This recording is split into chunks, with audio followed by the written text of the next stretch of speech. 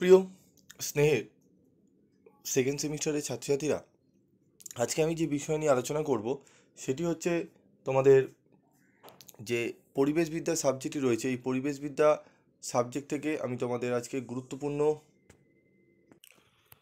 তো চলো আমরা আজকে আলোচনা করব আমাদের পরিবেশবিদ্যা সাবজেক্ট থেকে আমাদের যে 2 নম্বরের প্রশ্ন। আমি তোমাদের 2 নম্বরের প্রশ্নগুলো এর আগেও আলোচনা করেছিলাম, প্রথম অধ্যায়ে আমি আলোচনা করে দিয়েছিলাম।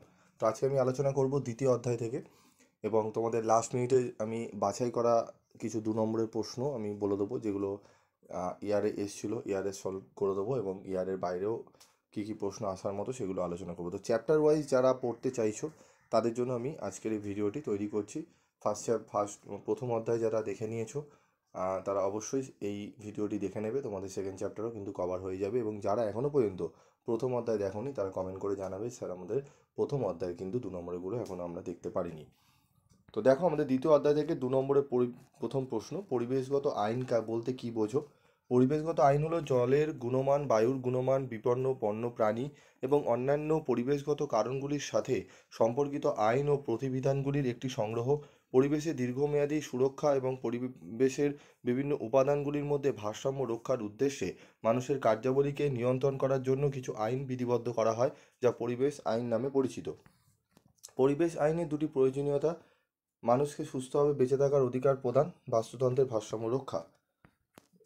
ঠিক আছে, দ্য এনভায়রনমেন্ট রুলস 1999 কি এটি রুলস হবে, ঠিক আছে। The environment siting for industrial project rules 1999। শিল্প প্ল্যান্ট স্থাপনের ক্ষেত্রে যেগুলি এড়ানো উচিত, সাইট নির্বাচনের ক্ষেত্রে যেসব সতর্কতা অবলম্বন করা উচিত, এবং শিল্প উন্নয়ন প্রকল্প বাস্তবায়নের সময় পরিবেশগত সুরক্ষার দিকগুলি বিবেচনা করা উচিত, সেই সম্পর্কে বিশদ বিধান নির্ধারণ করা হয়েছে। জাতীয় পরিবেশ আপিল কর্তৃপক্ষ আইন 1997 কি? জাতীয় পরিবেশ আপিল কর্তৃপক্ষ আইন 1997 বা national environmental appellate authority act 1997 তৈরি করা হয়েছিল সেই ক্ষেত্রগুলি সীমাবদ্ধতা সম্পর্কিত আপিলের শুনানির জন্য, যেখানে শিল্পের শ্রেণী পরিবেশ সুরক্ষা আইনের অধীনে কিছু সুরক্ষা ব্যবস্থা নির্ধারণ করা। বায়োমেডিক্যাল বর্জ্য বিধি 1998 কি? ঠিক আছে, এই নিয়মের তালিকাভুক্ত বিভাগগুলি সহ মানুষ বা প্রাণীর রোগ নির্ণয়, চিকিৎসা বা টিকাদান সম্পর্কিত গবেষণা কার্যক্রম, বা জৈবিক বর্জ্য উৎপাদন বা পরীক্ষার সময় উৎপন্ন জিনিস। বায়োমেডিক্যাল বর্জ্য বিধি 1998 হাসপাতালের বজ্র পরিচালনার প্রক্রিয়াকে সহজ করে, যেমন নিষ্পত্তি, সংগ্রহ এবং বাছাই। ভারতের জলবায়ু প্রতিশ্রুতি সংক্রান্ত পার্সি চুক্তির ফলাফল কী ছিল?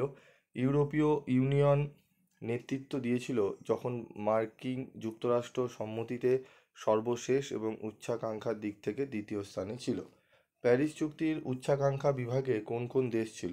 উচ্চাকাঙ্ক্ষা বিভাগে ইউরোপীয় ইউনিয়নের পরে চীন, দক্ষিণ Africa, Bharat, Australia, Brazil, Russia, মার্কিন যুক্তরাষ্ট্র এবং সৌদি আরব রয়েছে। প্যারিস চুক্তির কমপ্লায়েন্স ক্যাটাগরিতে কারা নেতৃত্ব দেয়? অস্ট্রেলিয়া, দক্ষিণ আফ্রিকা, ভারত, রাশিয়া, সৌদি আরব, ব্রাজিল এবং মার্কিন যুক্তরাষ্ট্র অনুসরণ করে। ভারতের জলবায়ুর প্রতিশ্রুতি সংক্রান্ত প্যারিস চুক্তির পরিমিতি কীরূপ ছিল? উত্তরটি দেখে নাও তোমরা। ভারতের জলবায়ু প্রতিশ্রুতি সংক্রান্ত পার্সি চুক্তির ফলাফল কী হয়েছিল? ইউরোপীয় ইউনিয়ন নেতৃত্ব দিয়েছিল যখন মার্কিন যুক্তরাষ্ট্র সম্মতিতে সর্বশেষ এবং উচ্চাকাঙ্ক্ষার দিক থেকে দ্বিতীয় স্থানে ছিল। প্যারিস চুক্তির উচ্চাকাঙ্ক্ষা বিভাগে কোন কোন দেশ ছিল? উত্তরগুলো দেখে নাও তোমরা একটু। তারপর রয়েছে জৈব বৈচিত্র্য আইন কাকে বলে? জৈব বৈচিত্র্য আইন 2002 ভারতের সংসদ দ্বারা জৈব বৈচিত্র্য রক্ষা এবং স্থানীয় সম্প্রদায়ের সঙ্গে জৈব সম্পদের টেকসই ব্যবস্থাপনার সুবিধার্থে পাশ করা হয়েছিল। জৈব বৈচিত্র্য সংক্রান্ত জাতিসংঘের কনভেনশন দ্বারা নির্ধারিত প্রয়োজনীয়তাগুলি পূরণ করার জন্য আইনটি প্রণীত হয়েছিল, যার ভারত একটি পক্ষ। জৈব বৈচিত্র্য আইনের দুটি উদ্দেশ্য: জীববৈচিত্র্যের সংরক্ষণ, এর উপাদানগুলি টেকসই ব্যবহার, অত্যাধিক ব্যবহার হ্রাস করা। পরিবেশ সংক্রান্ত নিয়মবিধির বাস্তবায়নের ক্ষেত্রে দুটি সমস্যা সংক্রান্ত আইনগুলির বাস্তবায়নের ক্ষেত্রে অনীহা, সাময়িক আর্থিক উন্নতি ও সামাজিক প্রগতির লক্ষ্যকে পূরণের জন্য পরিবেশ সংক্রান্ত আইনগুলি না মানা। পরিবেশ সংক্রান্ত নিয়মবিধির বাস্তবায়নের ক্ষেত্রে দুটি ত্রুটি লেখো। পরিবেশ সংক্রান্ত নানাবিধ আইন কানুন প্রণয়ন সত্ত্বেও সাধারণ মানুষ সে বিষয় জানেন না। পরিবেশ সংক্রান্ত আইন কানুনের গুরুত্ব বেশিরভাগ সাধারণ মানুষ উপলব্ধি করতে পারেন না। তারপর রয়েছে দেখো পরিবেশ সংক্রান্ত 4টি নিয়ম কানুন উল্লেখ করো। বায়ু দূষণ সংক্রান্ত আইন, বিষাক্ত পদার্থ সংক্রান্ত আইন, বন্যপ্রাণী সংক্রান্ত আইন, জলদূষণ সংক্রান্ত আইন। ঠিক আছে, তো আজকে আমি তোমাদের দ্বিতীয় অধ্যায় থেকে মোট 16টি প্রশ্নের সম্পূর্ণ উত্তর নিয়ে আলোচনা করলাম, এবং লাস্ট মিনিট আমি তোমাদের বাছাই করা 25টি প্রশ্ন বলে দেবো, 25 থেকে 30টি 2 নম্বরে অল চ্যাপ্টার থেকে।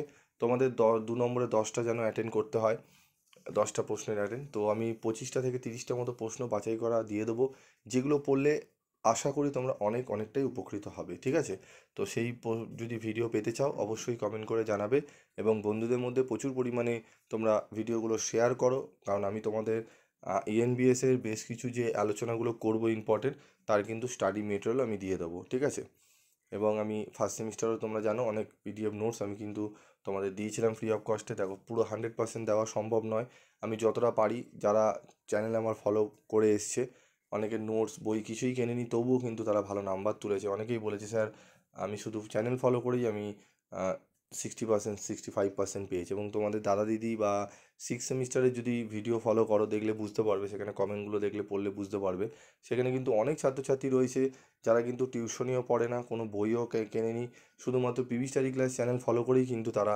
গ্র্যাজুয়েশনের 6 সেমিস্টার পরীক্ষা দিয়েছে, এবং 5th সেমিস্টার অবধি কোনো সাপ্লিও কিন্তু অনেকে পায়নি, ক্লিয়ার হয়ে গেছে, এবং 6 সেমিস্টারের পরীক্ষা খুব ভালো গেছে।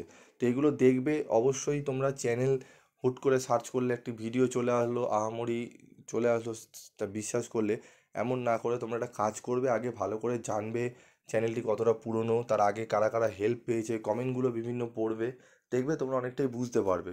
স্টুডেন্টদের ফিডব্যাকের ওপরও কোনো ফিডব্যাক হয় না। ঠিক আছে, তো স্টুডেন্ট তোমাদের দাদা দিদিরা যারা রয়েছে 6 সেমিস্টার, তাদের কমেন্টগুলো পড়লেই তোমরা বুঝতে পারবে, এবং সেই চ্যানেলের ভিডিওগুলো সেই সেমিস্টারে দেখলেই বুঝতে পারবে যে কে কতটা কাজ মানে কোন সেমিস্টারে উপকার করছে বা পাচ্ছে, তাহলেই তোমরা দেখলে ভরসাটা পাবে। ঠিক আছে, সার্চ করলাম একটি ভিডিও চলে আসলো 100% 200% কমন বলছে, পড়ে চলে গেলাম, দিয়ে তারপর দেখলাম 10%ও কমন আসলো না, সেক্ষেত্রে আমাদের সাপ্লি হয়ে গেল। তো এই বিষয়গুলো একটু মাথায় রাখবে।